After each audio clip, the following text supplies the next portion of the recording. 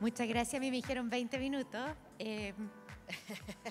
pero trataré de hacer lo posible por ir rápido. Muchas gracias, estoy muy contenta de estar acá en este tremendo encuentro, no solo para la región, para el país completo. Me sumo a los vocativos, a los agradecimientos a las autoridades presentes y, por supuesto, a Nelson Donoso, presidente de IRADE. Entiendo que esto lo puedo pasar desde aquí así, pero no está funcionando. Ahí. No, pero se me pasó ahora 20 pueblos. Ahí sí, ya. Es que tiene un poquito de retraso, entonces por eso perdonen el desajuste.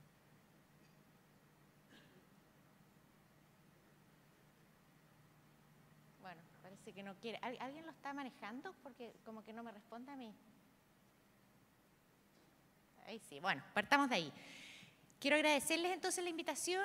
La verdad es que feliz de estar en esta región maravillosa, no solo por su increíble naturaleza, personas, culturas, sino que también porque es una región productiva, ya lo decían antes, gran industria agrícola, pesquera, forestal, energía y tanto más, ¿no? Eso ha hecho de esta región un lugar de muchas oportunidades, lo decía el ministro, por cierto, y una región que además aporta importantemente al PIB del país. En las inversiones representa cerca del 4%, hay un importante número de empresas acá de más alto nivel, aportan exportaciones y ciertamente también tiene una estructura social muy similar a la del resto del país. Pero ciertamente enfrenta dificultades, las mencionaba al inicio Nelson, como es la disminución de la capacidad forestal, producto de los incendios, producto de los robos, sin duda la incerteza jurídica que ha afectado a la pesca es un tema importante para la región, para qué decir la crisis del acero y el cierre de Huachipato, a pesar de que se ha podido recuperar algo del empleo que ahí se perdió y por supuesto el tema de la seguridad que lo destacaban y en eso me quiero tomar un segundo de solidarizar con todos aquellos que han tenido pérdidas humanas sobre todo, pero también materiales, producto de esta violencia y del terrorismo que ocurre también en esta región. Es verdad que a nivel de país, en la macrozona sur, ha ido reduciéndose en parte ese nivel de violencia, son menos casos, pero más duros, más violentos, y eso por supuesto es algo que nos preocupa y que nos ocupa al país entero. Nosotros hemos, a través de la CPC, que es una confederación que agrupa a los 6 principales gremios del país, hemos estado recorriendo el país a través de Gremios por Chile. De hecho, estuvimos acá a fines del 2023 escuchando de alguna manera el quehacer de las regiones que son tan importantes para la actividad productiva de nuestro país. En las regiones donde se produce el valor, la actividad, y por supuesto es tan relevante para ellas y para todo el país el desarrollo de buenas políticas públicas que se traducen en resultados significativos y así lo hemos visto a lo largo de las últimas décadas. Y en ese sentido es que también como mundo empresarial nos hemos comprometido con ese desarrollo país, con esa ambición de volver a crecer mucho más, porque venimos de décadas en las cuales supimos crecer fuertemente. De hecho, durante 25 años nuestro ritmo de crecimiento fue superior a 5%, con todas las virtudes que eso implicó desde todo punto de vista.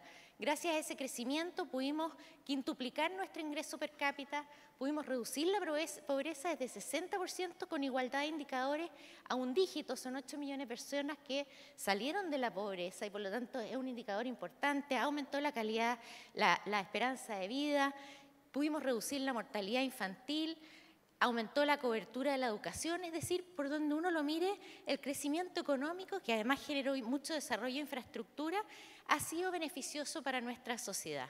Pero cuando comparamos lo que ha pasado en los últimos 10 años respecto a los 10 anteriores, porque eso que yo les mostraba era entre el 90 y el 2014, lo que vemos es una reducción en los ritmos de crecimiento de aquellos componentes que conforman el crecimiento económico. Y miremos entonces qué ha pasado en esta última década. Bueno, el ritmo de consumo respecto de la década inmediatamente anterior se redujo a menos de la mitad. La inversión, que estaba por sobre el 8% promedio anual, cayó a cerca de 1,4%. Las exportaciones se redujeron a un cuarto, las importaciones a un tercio, y lo único que se ha mantenido constante es el crecimiento del gasto o del consumo de gobierno. Producto de este proceso, lo que hemos visto es que después de estos 25 años de dinamismo, los últimos 10 han promediado, de hecho, menos del 2%. Y eso evidentemente es una preocupación porque detrás de ese menor ritmo de crecimiento, ya lo decía, ha caído fuertemente la inversión en casi 4 puntos del PIB, lo cual es relevante. Ha generado un debilitamiento del mercado laboral que duda cabe, llevamos más de 2 años y medio con tasa de desempleo nacional por sobre el 8%, una informalidad que no cede y una todavía lenta tasa de recuperación de la ocupación.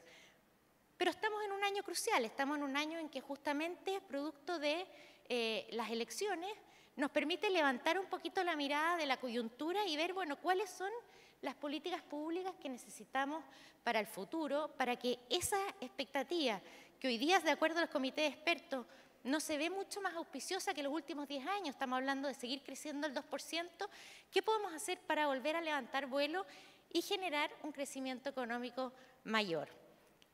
Es en ese contexto que por ahí por marzo nos juntamos un grupo de más de 80 expertos y empresarios a generar una propuesta, escuchando a su vez a las regiones. Ya les decía que junto con todas las ramas de la CPC hemos recorrido el país, hemos estado prácticamente en todas las regiones ya escuchando sus desafíos e inquietudes y elaboramos este documento que se llama Motores para el Crecimiento Sostenible de Chile.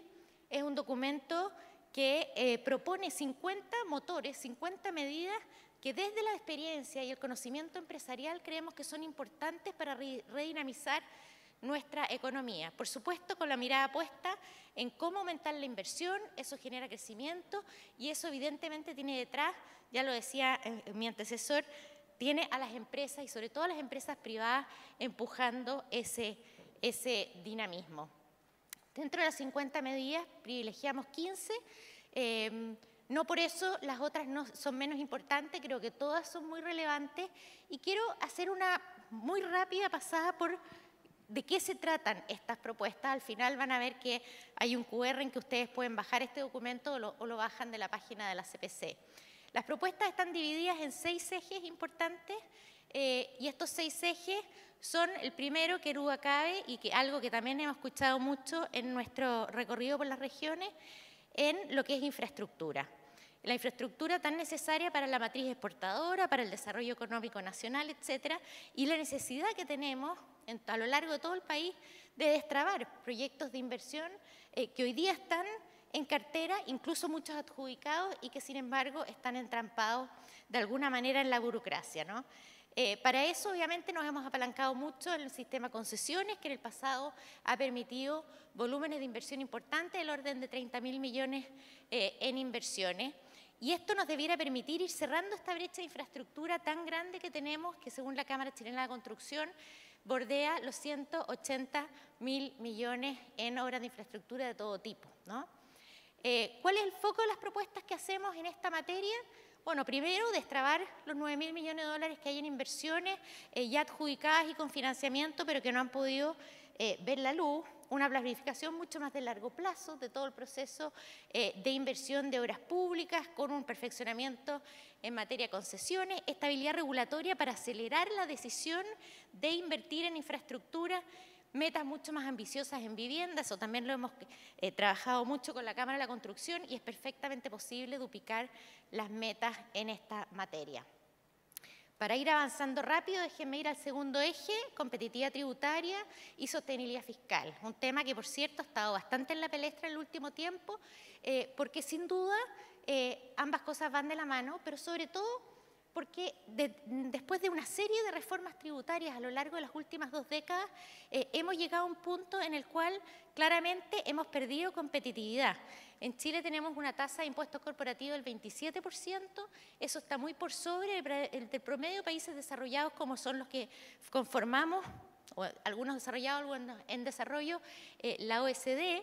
y claramente eso nos hace perder competitividad. El promedio ahí es del torno a 23%.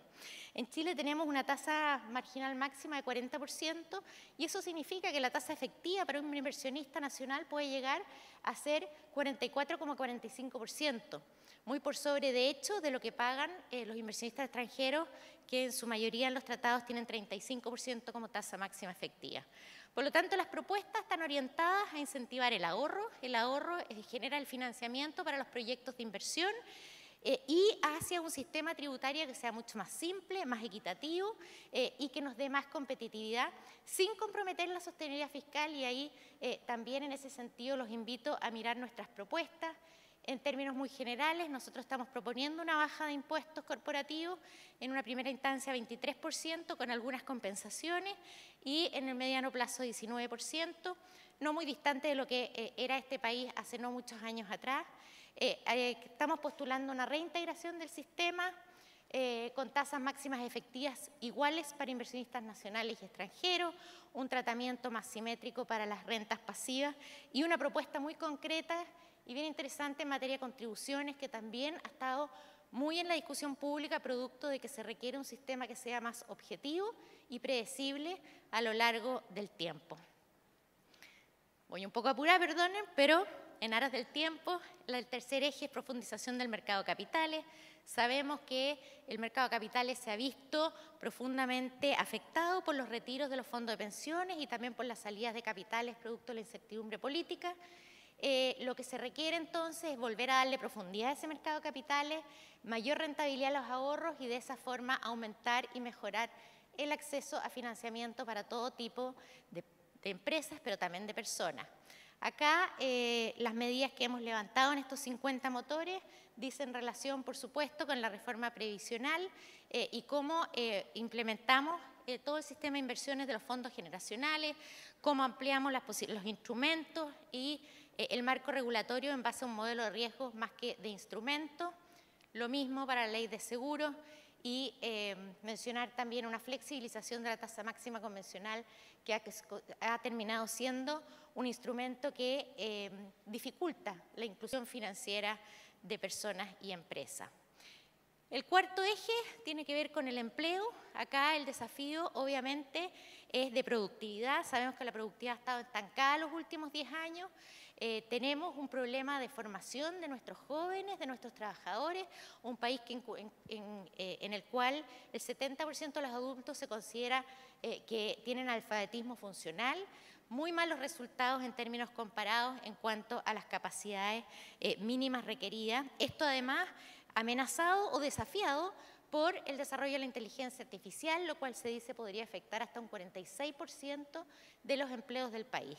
Y por supuesto, inevitable mencionarlo, el aumento de costos en la contratación formal que ha significado las sucesivas alzas de salarios mínimos por sobre los aumentos de productividad, la reducción de jornada, el aumento de cotización. No quiere decir que uno no esté a favor de eso, pero sí es una realidad que eso encarece el empleo formal y es una de las causales de que no se recupere la ocupación. El foco de las propuestas entonces tiene mucho que ver con formación a lo largo de toda la vida, o sea, desde pequeños, pero también después en el mundo laboral, en la posibilidad también de flexibilizar algunas medidas que hoy día creemos que han sido interpretadas muy gravosamente, particularmente en lo que dice relación con la multifuncionalidad. Sacar adelante el proyecto Sala Cuna, tenemos nuestra propuesta también ahí, modificar las indemnizaciones por año de servicio que se han convertido también en un costo importante en vista y considerando que hoy día tenemos esta dualidad de indemnizaciones y además seguro de cesantía. Un Estado que acompaña, bueno, esto tiene mucho que ver obviamente con la prestación de servicios que da el Estado a las personas y también a las empresas. No podemos decir que ha sido un Estado que acompaña necesariamente los proyectos de inversión, los negocios. El Estado chileno ha ido creciendo a lo largo del tiempo, pero no necesariamente ha mejorado en cuanto a su prestación de servicios. Tenemos un sistema de empleo público con carencia de evaluaciones de desempeño en cuanto a la calidad y eficiencia de los servicios y evidentemente no puedo evitar hablar de lo que hemos llamado la permisología, donde cada vez es más caro y más demoroso sacar adelante proyectos de inversión. Esto ha significado que hay muchos proyectos entrampados, sabemos que han habido avances en materia de permisos sectoriales, pero hay mucho que hacer todavía en permisos ambientales, en perfeccionar el sistema y en reducir la judicialización, sin que eso por ningún motivo significa bajar los estándares ambientales.